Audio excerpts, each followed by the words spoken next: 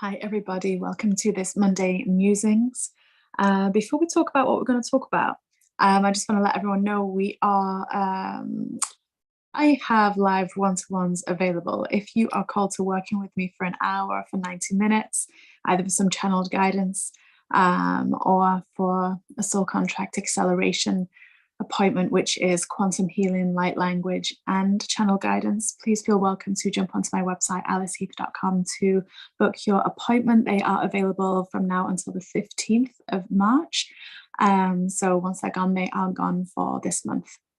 But let's go straight into something I've been thinking about a little bit, and this came through after I watched back the star channeling over the weekend, because the beings of light, which were offering the message that they were offering over the weekend, it was all about this spiritual energy and cultivating your spiritual body and finding more time really to put into conserving and cultivating and growing that version of energy. And I'm sure they'll be back to talk about that in more depth and detail soon. But it was interesting because as I was tuning in and just listening more to what they were saying, it was very much about this distinction about how we perceive ascension as humans, how we perceive ascension, how the collective perceives it, and this interesting kind of way that we've been going about it, and how we want to really expedite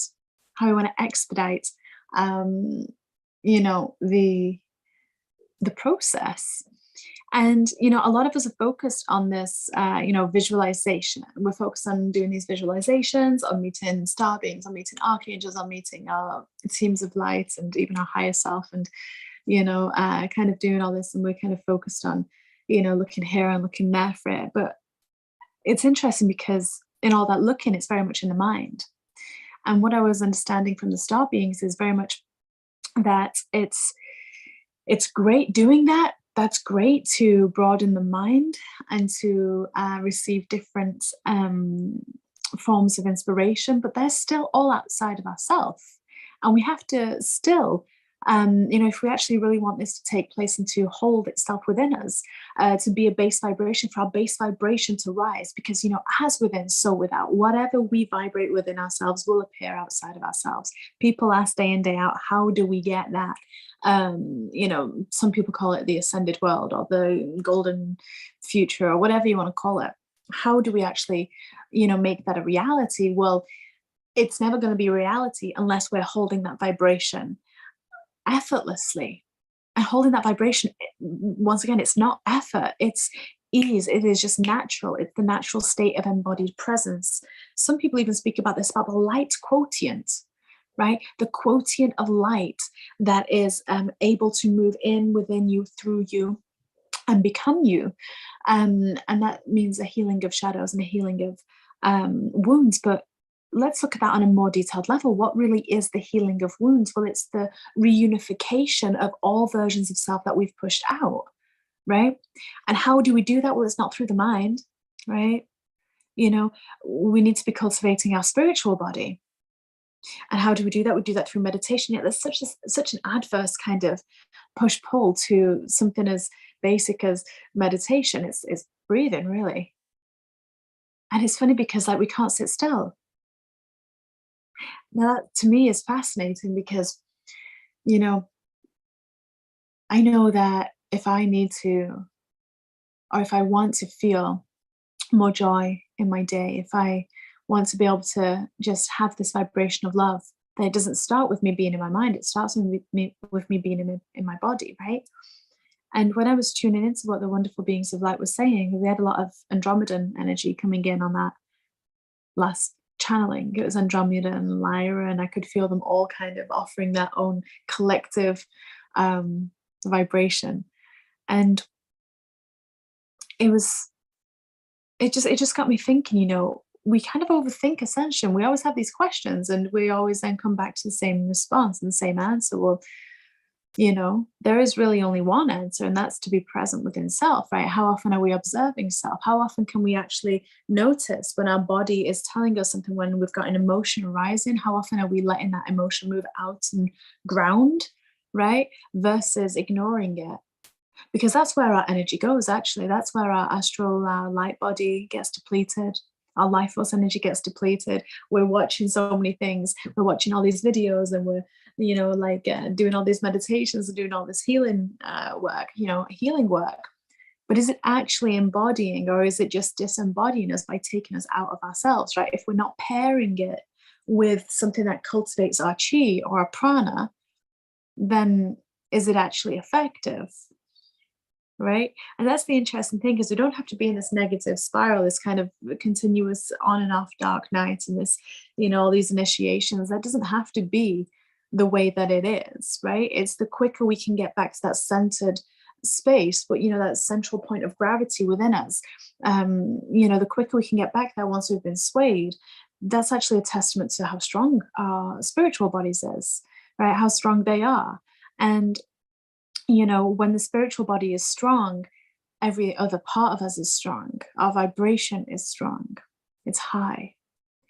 And it just kind of got me thinking a little bit, because I wonder, how many of us, right?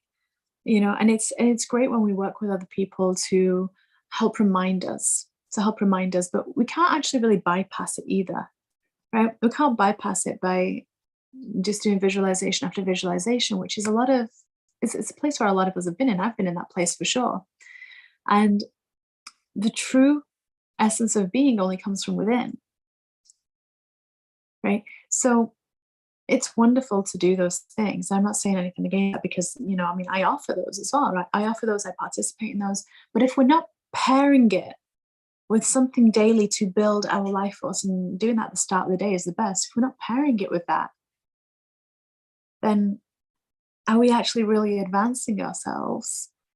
Are we actually heightening our vibration, or are we just disembodying part of ourselves into an outer part? Do you know what I mean? Like, if we're sending our mind to this place, and this place, to this other dimension of frequency, is it actually coming back and being embodied? Not unless we're doing the physical practice of being present, of self-observing. Are we doing the meditation? Are we doing the breath work? Because if we just do, like, we know we might be driving along in the car somewhere, and then we go, oh, you know what? I've not breathed deeply today, so I'm just going to do 3 deep breaths. You do that 3 times, how many other breaths are you taking in the day that's not that, right? It's just, are we dedicated to this process within ourselves? Are we dedicated to ourselves, to our own soul growth? Or are we hoping that someone else is going to facilitate that for us? It's interesting, isn't it? Because I know that I've definitely been in that place. I've definitely been in that place where I've just, I'm doing this meditation, this one, this one, this one, this one. But I was so reluctant to actually just sit down and just breathe. But let me tell you this, though. Things really started to change when I did just sit down and breathe. The fear dissipated. The fear that I didn't know I had dissipated. The control and the power came back within. The channeling became clearer. The gifts became stronger. And, and I still do meditations and visualizations that others offer, especially if they resonate with me. If they're, and, but the difference is that my priority is my spiritual connection. It's growing of that part of self, and making sure that that bit has been fed and watered and nourished before I actually do anything outside of self. That was a big shift and a big difference that really holds a lot of love. So I just wonder what you think. I just wonder what you've noticed within yourself. I just wonder, do you still find it challenging to meditate, to sit and be and breathe? Or have you practiced it enough now where you can go, that's good. I like to do this. I actually really want to do this. This is a crucial part of my day. And then we recognize that there's nothing ever serious going on here in this world. And that's quite a bold statement to make with the current date and time of where we are in the world and what's going on, right? There's nothing ever really all that serious happening in this awake dream that we're in, right? It just depends where our point of gravity is, our point of strength, of faith, of trust, of connection with God, with self, with source. Because then everything else outside of that, like concentric circles, will just mirror like a ripple, just be an expansion of that. So, anyway, that's enough rambling from me today. I'm going to send you all so much love. I think I might still have a jar or two of the Magdalene ceremonial grade incense. This incense is so beautiful and powerful. It has way over 22 very rare sacred ingredients, including resins that were created in the Isis temples of Luxor. So it's been sang over with light language. You may have seen my video of me doing that. When I was in Avalon, it's been blessed by the waters of Avalon.